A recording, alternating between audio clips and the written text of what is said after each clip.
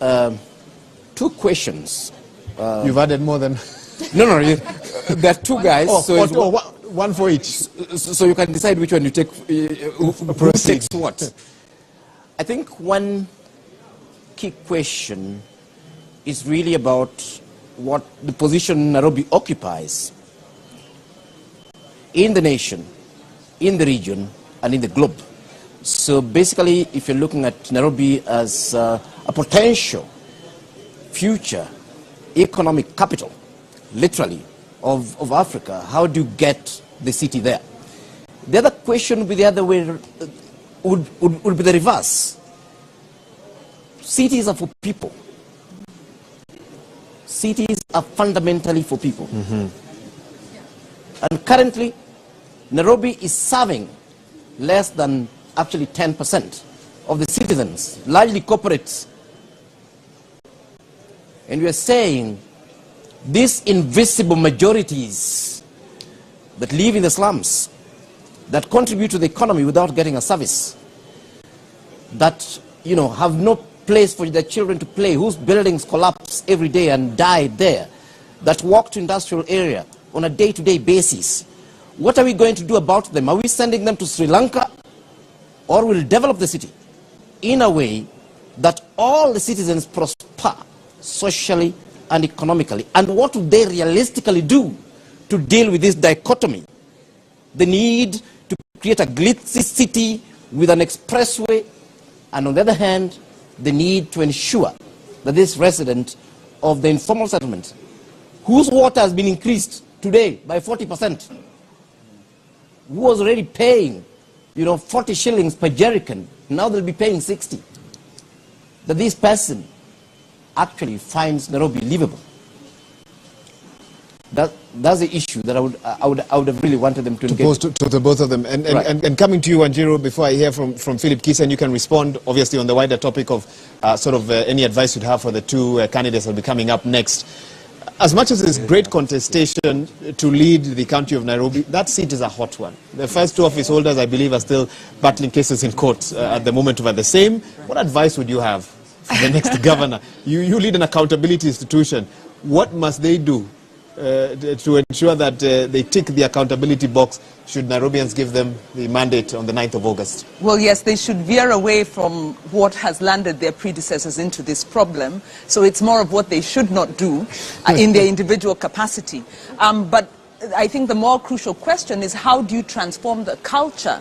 Because Nairobi has a culture dating back many years of ingrained corruption, unfortunately. And the issue of transformation is about changing systems. It's also about changing perspectives. It's about changing how we work and how we interact with each other. So beyond the ideas, because Nairobi has good policies. We were talking during the break. We have the master plan, the Nairobi land use master plan that was developed in 2015, We've got an integrated solid waste management plan that was developed for us by JICA and was, I think, enacted maybe in 2015 again. So we've got a public participation law. We have the laws. We don't have the culture. So how do we change from a county that is rooted in, violation of rule of law, breaking rules? You talk about politicians, you talk about public officers. How do you transform that culture? I think is the bigger thing. Because until we close the implementation gap, I sit on the County Budget Economic Forum, or I used to. It kind of fizzled out. This is a statutory body that allows citizens to engage in the public finance management system. Now, this body was set up by Evans Kidero and kind of began working, but was always tokenistic, as we were saying earlier. How do you move from that tokenism to real implementation? Because the things we saw as the forum were very disturbing. we could see revenue falling, especially around elections. It would begin to decline. And we'd ask, if you are collecting licensing fee and the economy is improving, it wasn't due to low economic performance. Why are the revenues going? It means that money is being pocketed, and the county assembly would allow this to go on. AGPO, talking about inclusion in preferential procurement. This policy was enacted. The county was reporting on it, but missing all the details. And these contracts were not being awarded to women, youth, and these other needy institutions. They were being captured. Solid waste. There was a youth program to set up in the informal settlements, youth informal businesses, CBOs. It was settling. Politically, the positions were being given politically. So you actually poison the ground where young people know if you're politically aligned, you will get into the government scheme.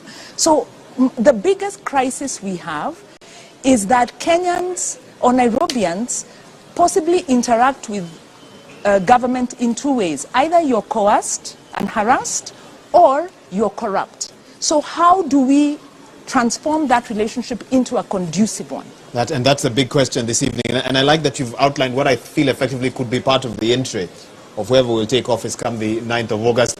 We're still live here from the Catholic University of Eastern Africa. We now have another 10 to 15 minutes or so for the start of the next debate. We continue to await the arrival of Johnson Sakaja, Senator Sakaja, the candidate for the Nairobi gubernatorial seat on a UDA ticket. We have been told he's on his way. We expect his arrival any minute now. Francis Gashuri, Leila Mohammed on standby to give us that update as soon as he arrives. Remember, he's vying together with his running mate, former bank executive James Mushiri, and it will be a two-person debate expected to kick off in the next few minutes on this debate night. But of course, we're looking at a couple of different scenarios with my panelists who are here. And Philip KISII, I want to come to you. And at the very beginning, you made a statement that really set us off in a different direction when you said debates, in my view, they don't really matter. But the way we look at it right now, 6 out of 9, by the time we're done this evening, isn't too bad. Candidates are taking debates. Seriously, have you changed your mind since we spoke earlier this afternoon? Wahiga, you know, I'm the type of person who says what I mean. And I'm not about to change my statement. Politics in this country will remain the same for at least another 5-10 years. Okay? Until we start addressing the issue of ideology, the issue of ideas, it will be the same thing. Okay. Is what I'm talking about. Now, on that simple, so we have two candidates. The latest opinion polls put the margin of difference between them anywhere between 5 to 10% max. You know, looking at, if you look at that, how do you capitalize on a debate like this tonight if it is of benefit to you? How do you do that? You know, I'm just hoping that